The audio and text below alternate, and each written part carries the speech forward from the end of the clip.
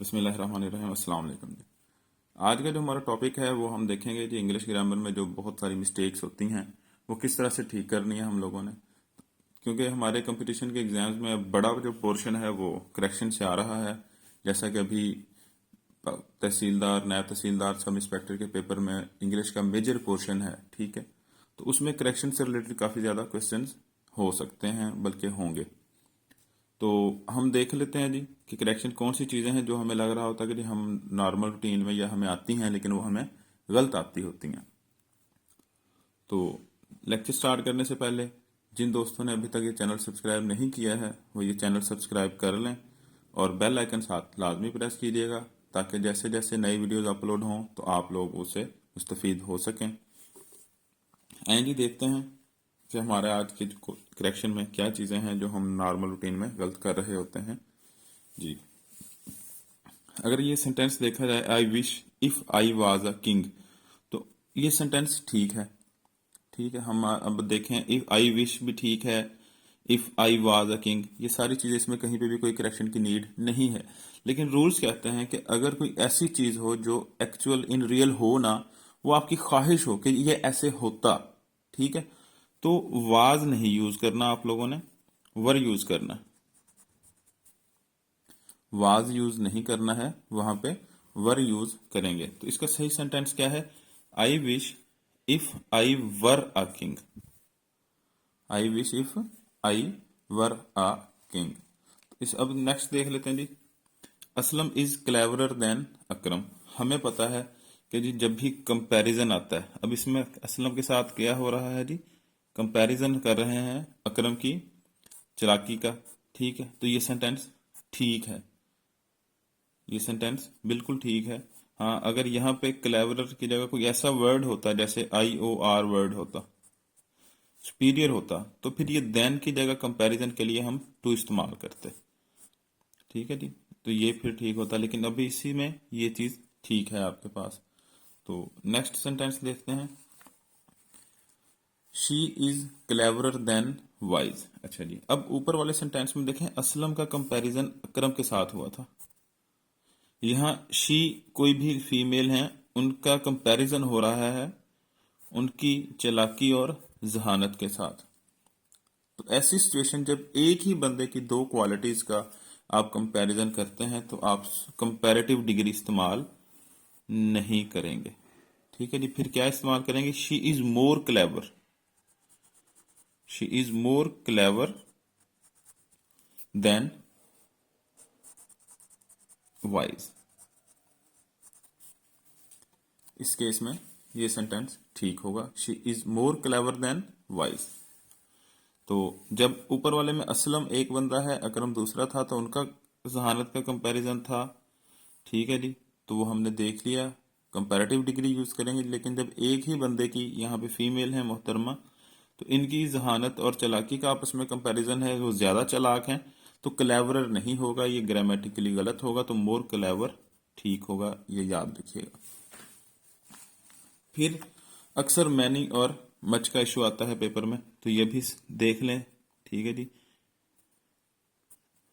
जब कोई चीज मेजरेबल हो, आप उसको काउंट कर सकें, ठीक है जी, ये नंबर्स हों,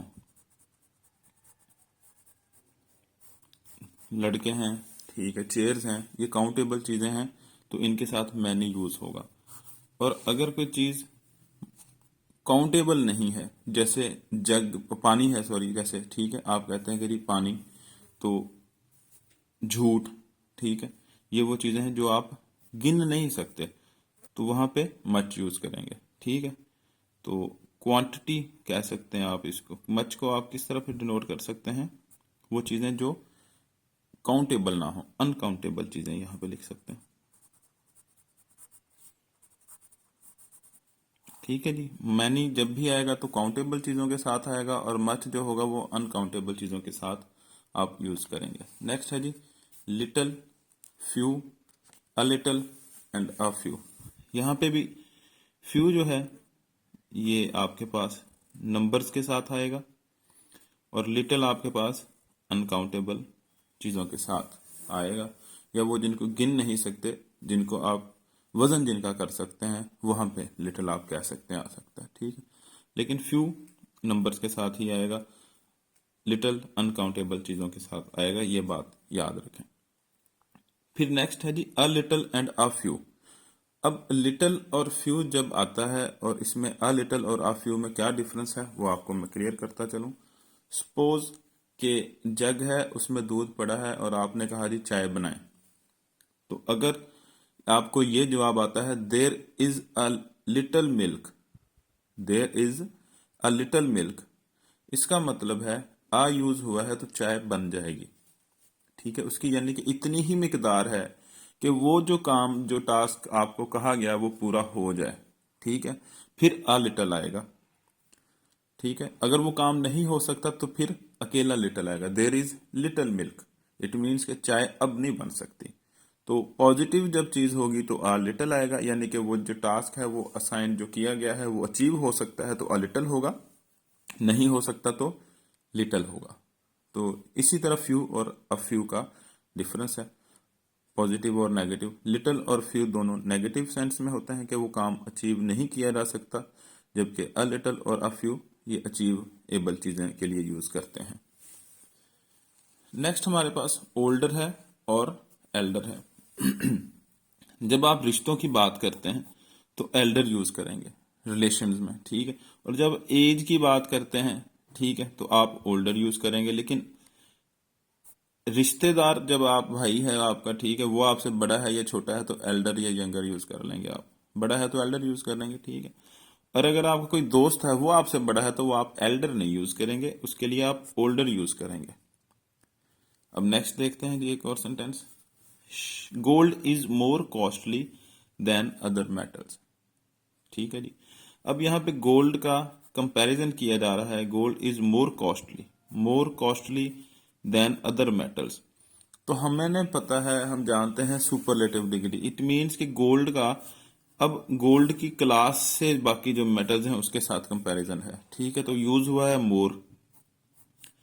तो अब आपको एक चीज बताता चलूं, ठीक है, जब आपके कंपैरिजन किसी भी चीज का उसी की क्लास की बाकी चीजों के साथ किया जाए तो आप सुपरलेटिव डिग्री नहीं लगाएंगे, मोर या कंपैरेटिव डिग्री ही लगाएंगे, ठीक है जी। कंपैरेटिव डिग्री ही यूज करेंगे, ये ठीक है यहाँ पे। लेकिन देन के बाद फिर आप देन एनी अदर मेटल लाजमी लगाएंगे, देन एनी अदर लाजमी होगा।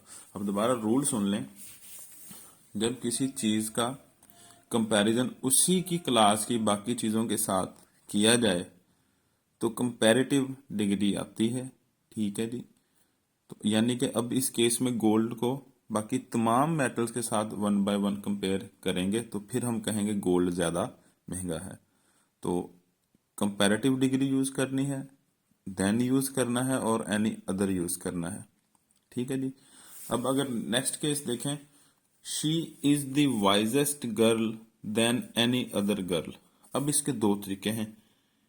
अगर हम she is the wisest girl के साथ जाएंगे, ठीक है जी, तो फिर होगा शी इज द वाइजेस्ट, ये गर्ल जो है ना ये एक्स्ट्रा, इसको आप कट कर दें। वैसे she is the wisest in all girls, in the class आप कर दें, ठीक है जी। अब इस सेंटेंस में she is the wisest in the class, ये डबल कंपैरिजन हो गया कि उसका कंपैरिजन पूरी क्लास के साथ भी आपने किया है और उसके साथ भी किया है, ठीक है। तो आप इसको कहेंगे कि she is the wisest girl. अब सेकंड केस में क्या है, सॉरी, आप इसको कंपैरिजन में ले जाएं, सुपरलेटिव डिग्री की बजाय कंपैरेटिव डिग्री में ले जाएं तो कैसे होगा, शी इज, ये भी सेंटेंस ठीक है और ये भी ठीक है, शी इज मोर वाइज, ठीक है। शी इज मोर वाइज लिख दें या लिख दें she is wiser than any other, than any other girl, तो ये भी ठीक होगा। और इसका जो हमने बनाया था she is the wisest in the class. ठीक है, तो इस केस में उसका कंपैरिजन तमाम की तमाम क्लास के साथ कर दिया गया। ठीक है जी, तमाम की तमाम क्लास के साथ, इसमें लड़के भी होंगे। ठीक है, तो यहाँ पे क्या था, देन एनी अदर, यानी कि जब कंपैरिजन उसी की क्लास की बाकी चीज, अब क्लास को आप ये ना जमात ना समझें, उसी की नेचर की बाकी चीजों की बात हो रही है। शी लेडी है, फीमेल है, तो जब उसको बाकी तमाम फीमेल के साथ कंपेयर किया, इट मीन्स आपने बॉयज के साथ कंपेयर नहीं किया, तो आपने उसको मोर वाइज या वाइजर के साथ यूज करना है। और जब आपने उसको कंप्लीट के साथ कर दिया, सब चीजों के साथ ही, तो फिर वो वाइजेस्ट हो जाएगी। ये बात याद रखिएगा। होपफुली आपको लेक्चर समझ आया होगा। तो अगेन, जिन दोस्तों ने चैनल सब्सक्राइब नहीं किया है वो चैनल सब्सक्राइब कर लें। इंशाल्लाह हम बहुत जल्द अपनी नई वीडियो के साथ हाजिर होंगे। थैंक यू जी, अल्लाह हाफिज़।